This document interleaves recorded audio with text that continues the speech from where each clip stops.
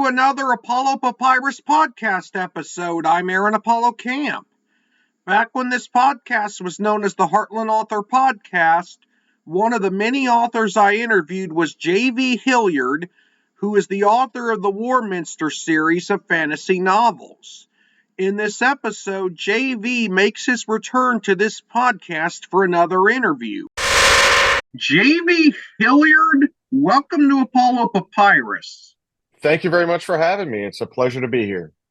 Now, J.V. appeared on this podcast back in around late August, early September of 2022. So, J.V., feel free to reintroduce yourself to our listeners. I'd be happy to. So my name's J.V. Hilliard. You can call me Joe. And I am an epic and dark fantasy author. And the series that I'm working on right now is called the Warminster Saga. It's a 4-book series that the fourth and final chapter comes out here in late winter, early spring. So we haven't have a date for it yet, but I'm going to guess it's going to be right around March. And I think I know when it'll be out. There's a big GalaxyCon down in Richmond, and I'm going to guess that we launch it right around that time. So, a few months away, and it'll be finishing up. And the first of the 4 novels became an Amazon bestseller back in the fall, and I'm hoping that the finality of the series will pull the rest of the books to that same status as well. So I'm excited to get Echoes of Ghostwood out, and I hope people enjoy it as much as they enjoy the first, second, and third. The first 2 books in the Warminster series are The Last Keeper and Vorodin's Lair. Without spoiling too much of your first 2 books in the series, what are each of them about? Sure. So The Last Keeper is kind of the beginning of the hero's journey, if you're familiar with that author term or movie term. And it's a hero's journey meets coming of age story for one of the main characters. And so Damus Alaric, who is a keeper of the forbidden, he's a person that has the ability to see the future. And these oracles or prophets end up going to a school called the Cathedral of Learning to understand how to harness these powers. And then they're sent out into the realm to advise kings and queens and emperors and empresses and those of power in the hopes of doing the right thing.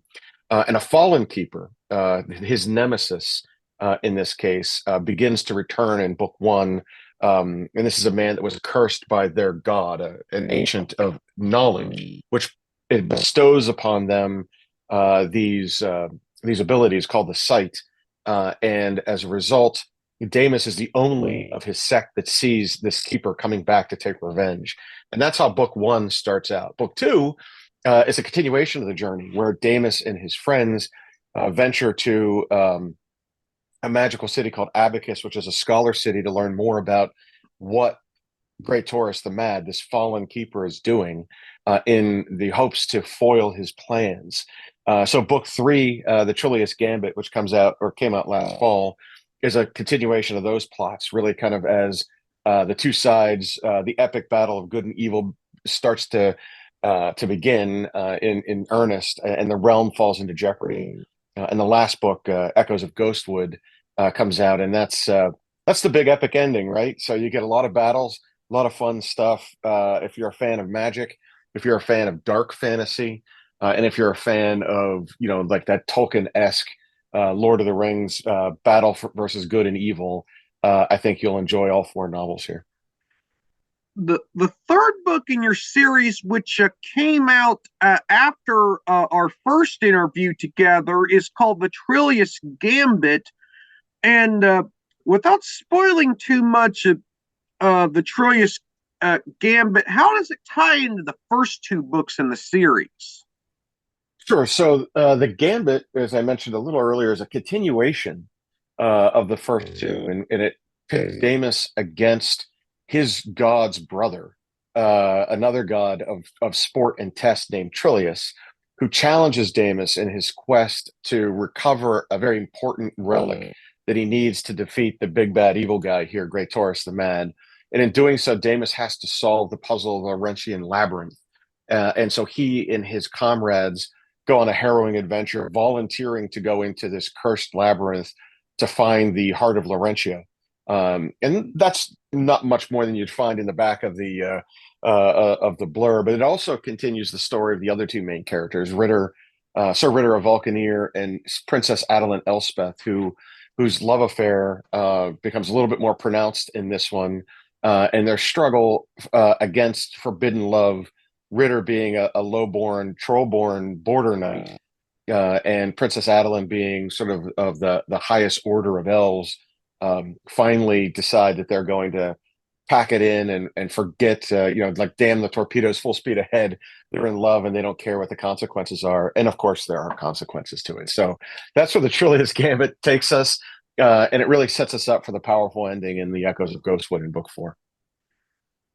And without spoiling too much of your upcoming, the fourth and final book of the Warminster series, what is that book about?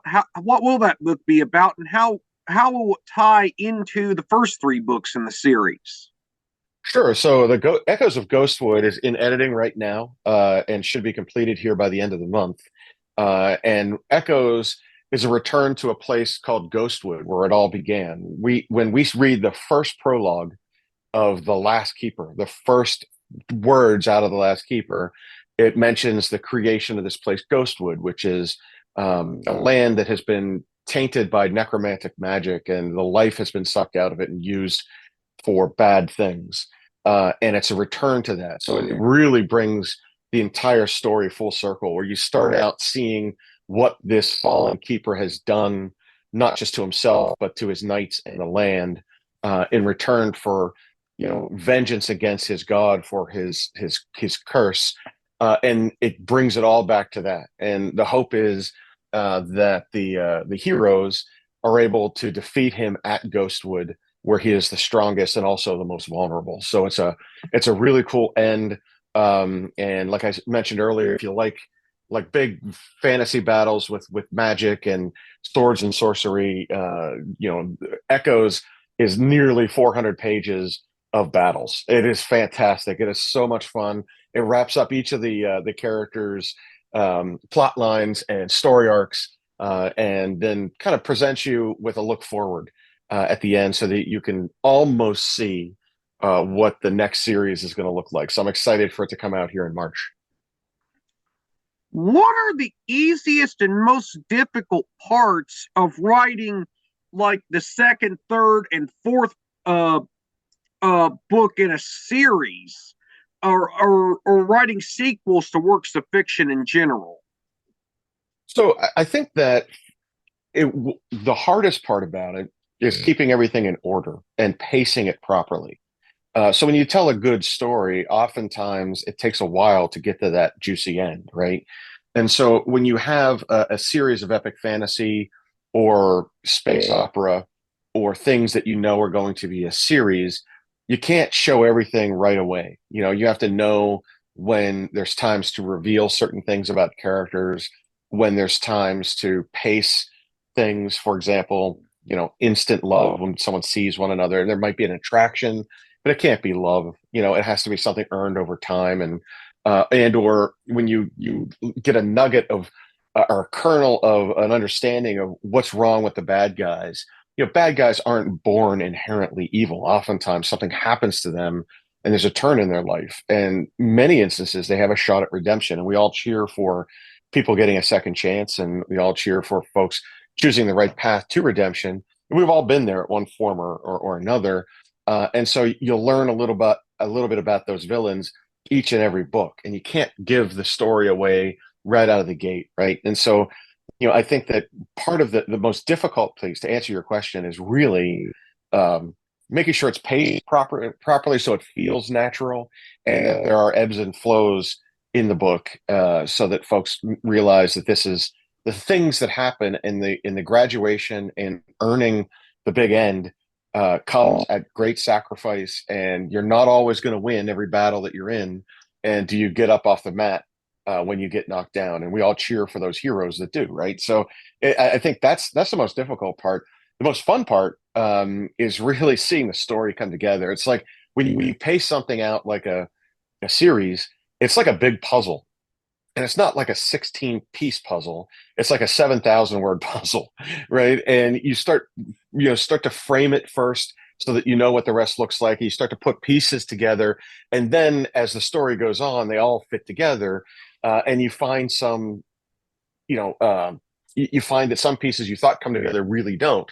And as you're writing it, the hope is you've planned it out. Like I'm a big plotter. I'm not someone that can just write by the seat of my pants. So I always try to plot things out to make sure that they're timed appropriately, that the story arcs connect, that the character arcs connect, and there's growth in all of my characters. I think all of that is important. And so I think the most fun part about it is once the pieces are on the table and you can finally see the puzzle come together, when the last piece of the puzzle goes in and you step back as an author and you can look at it, you're proud of that puzzle and what it looks like once it's done, but you're happy that you went through the journey to put it all together. And I think that's the thing that makes me the most proud of the series. What are some things about writing and publishing books that you learned before or while writing the third and fourth books in your series that you had wished you had known while writing the first? Well, that's a really great question. No one is out. There's no course you can take to prepare you to be an author. And in this day and age, there are folks like me that are traditionally published, and there are folks out there that do a heck of a job selling their novels that are independently published. And I think in the beginning, I'm an entrepreneur by trade, and I wish I would have known a little bit more about independent publishing. I think it's a real nice option these days. And if I understood the industry a little bit better, I may have chosen to go that route. That said, I'm not disappointed at all in my publisher. Gwen, who owns Dragon Moon Press, has been fantastic to work with. She's been patient with me as a new author, and now I would describe after my fourth book a veteran author, and knows how it goes. And so I think that would be the one piece I would not. I don't know where I would have gone before. I would have likely thrown it on my own back though, and said, you know what, I can do this. But in the beginning, I wasn't sure, and my friends who were also some were indie and some were published authors, traditionally published authors. I asked them for their advice, and going the traditionally published route gave me air cover that I didn't have. And I think that every author has to make that choice for themselves. And it also suggests that you don't have to do everything under a traditionally published wing. You don't have to do everything under your own independent label. You can do things both, right? So like I wrote a Kindle Vella story, which is a young adult fantasy novel called Element of Time, and that was independently published. I just did it, right? And I think that I was trying to see what that side of the coin looked like too, and learning that. So I think that was the biggest. I think also the thing that I learned the most important was the value of editing. This is a team sport. I think a lot of people get the sense that authors just go to a library or they go to a coffee shop and sit there every day and pound away at their keyboard. That really doesn't work. That's part of it, right? You have to write a good story. But then there is the copy line editing, just the stuff that takes care of the punctuation and the things you might be too close and not be able to see. And then there's development editing, where someone comes in and says, you've got a plot hole in here. Or I don't understand why these two characters connect, or these two chapters are out of order, or this is too small. You need to add more to it. And then there's beta reading, where you get a bunch of beta readers, people that understand your genre and are willing to read an advanced copy of your book to give you their opinion on it because they read your stuff. And is your stuff dated? Is it anachronistic? Does it fit the new trend that books are doing? And or do they see things that are typical in your genre that you're missing, points that you're missing? All of those things go in. So when I write a book, it's read by my copy line editor, it's read by my development editor, it's read by my final editor, it's read by my publisher, and it's read by about a half a dozen to a dozen beta readers. And then it's gone through 3 versions of editing before it goes out to the public. And if that isn't a team sport, I don't know what is. I mean, there's more people there that's on a football team, right? So like, for me, I think it's really important. And then secondarily around that, there's a team of other creatives that help you push this thing through, right? So like you have to have the right illustrator that understands your vision, but also understands your genre, that'll make people see your book on a bookshelf in a bookstore and pick it up, right? It has to look like something that they're going to expect to read. And then there are people out there that help you write blurbs. They take your 500-page, 150,000 word epic fantasy novel and boil it down to 125 words or less on the back cover to intrigue people to read it, right? And so there's so many facets of this that goes into it that you don't even know about as an author. The first time I started writing, I just sat down and literally started, and then you find out that wait, it's just not what you wrote. There's going to be another 3 6 months worth of editing that goes into that, and I think that every author, especially aspiring authors, need to know that that's there, and keep build a thin or build a thick skin if you're prepared. I mean, criticism is good; it'll make your product better. Now, you mentioned Dragon Moon Press is the publisher of the Warminster series. And is that a small traditional publisher, or is it an imprint of a bigger one? It's a small traditional publisher that, if you can't tell by the name, primarily does fantasy novels. So if you visit dragonmoonpress.com and check out my publisher Gwen's site, you'll see that there are about 30 or 40 authors that look just like me, and they span the globe of everything related to fantasy. So you might find things in there that are like mine, epic or dark fantasy. You'll find classic fantasy. You'll find sword and sorcery. You'll even find some sci-fi and dystopian stuff, maybe a little gothic within there. But I would say about 80% of her portfolio is right down the fantasy path in one form or fashion. What is your best marketing advice? And even traditionally published authors have to do some of their own marketing, but for self-published authors, that's an expected part of the job to do your own marketing. But what is your best marketing advice to authors who are writing fantasy books? Yeah, sure. So the first thing I'll say is, even if you are traditionally published, your publisher is not your publicist, right? So that's a very important distinction, because a lot of publishers, their job is to get your book on the bookshelves. Your job is to promote your book. Now, some go out and find a publicist that'll help them do that and find interviews and or opportunities for them to sell their books. But that bleeds into the next part of your question. Whether you're traditionally published or whether you're independently published, it's a contact sport, right? You got to get out there and pedal your butt off. And I mean, I go to libraries. I don't care if there's 3 people that come and see me, I go to them. Books, book signings at bookstores, I go to those. I go to conventions where there's 60,000 people, and I have to take, literally boxes of books because, we're going to walk into GalaxyCon or a regional Comic Con or wherever it might be. And then you do shows like this, right? You get on podcasts, you get on radio. If you can squeeze into TV, you do that. You go on a blog tour, anything to promote your book. And one of the things that allows you to connect to those opportunities is social media. Now, I know a lot of us think social media cuts both ways, and I'm one of those guys. I use my social media exclusively for my books. Like I look, there are a few friends that I'm tied into, but for the most part, the followers on my Twitter X account or my Facebook account see me as the author, and I don't do anything privately facing for that. I use it as a tool to promote the novels and the upcoming stuff, and for a way for me to connect to my readership. There's a lot of good ideas that come from that, things that have affected the outcomes of my next novels. But it's free, it's earned media, and the more you put into it, the more you get out of it. The only thing you're losing is the time value of money. But if you're getting something back for it, then you're not losing anything at all. And traditionally purchased media is very expensive, especially if you are a young or an upcoming author that folks don't know about. You don't have a readership built yet. So I think that's part one. So I use social media. Part 1A is I am relentless in getting in front of as many shows like yours and others, because I'm going to now be introduced to your audience. Some of them knew me before that might not have bought my book, and after hearing this, hey, the series is finished, I want to go out and get the whole thing. That helps me too. And the last piece of advice I would offer is build an email list. And what I mean by that is, that's not your mom, that's not your brother, that's not your friend.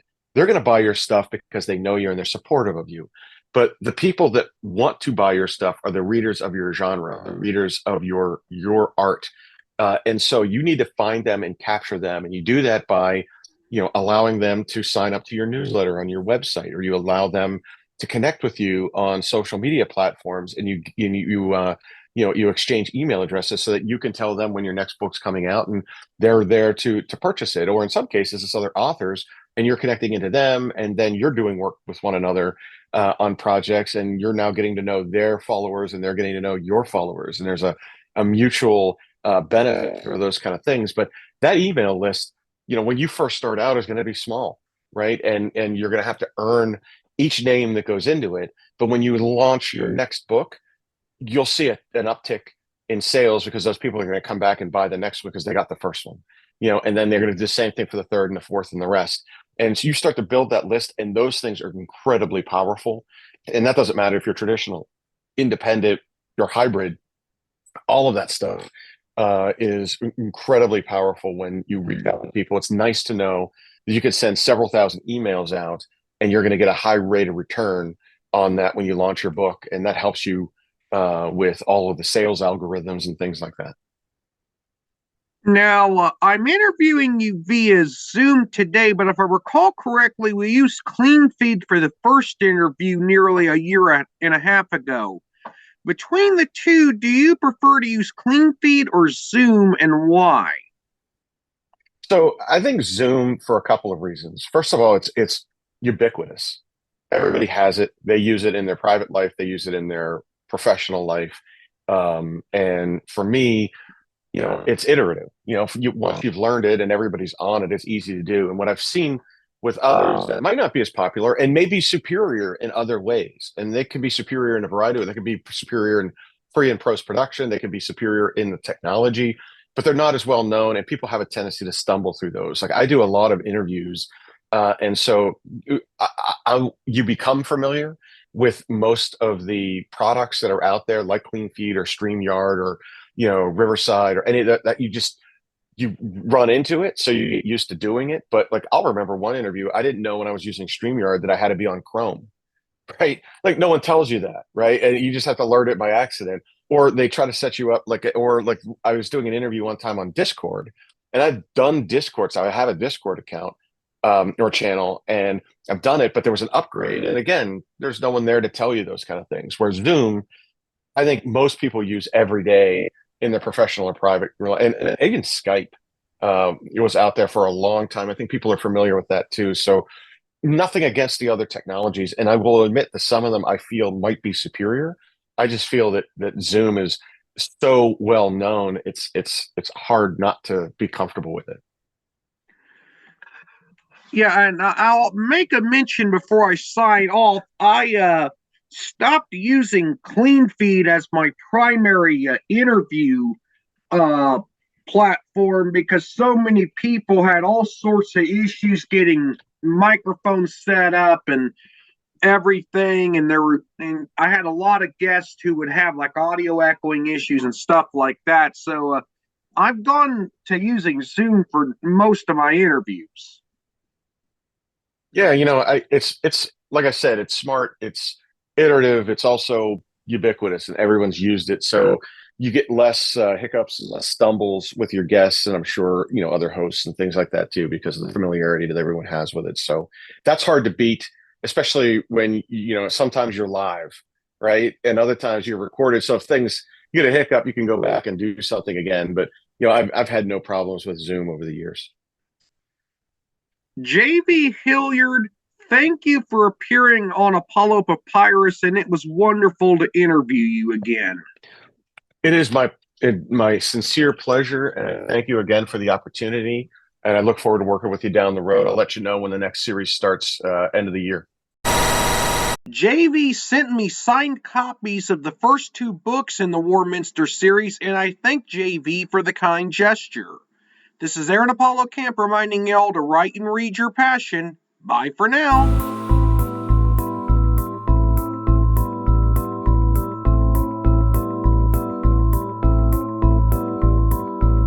Remember to subscribe to the Apollo Papyrus YouTube channel at www.youtube.com/@ApolloPapyrus and the Apollo Papyrus Substack newsletter at apollopapyrus.substack.com. Y'all can visit the Apollo Papyrus website at campaaronapollo.wixsite.com/Apollo Papyrus and follow Apollo Papyrus on Threads, Instagram, Facebook, and Tumblr at Apollo Papyrus. Copyright 2024, Aaron Apollo Camp, all rights reserved. This podcast episode is intended for the private listening of our audience. Any reuse or retransmission of this episode without the express written consent of the podcast host is prohibited, except under fair use guidelines. Royalty-free music and sound effects obtained from https://www.zapsplat.com.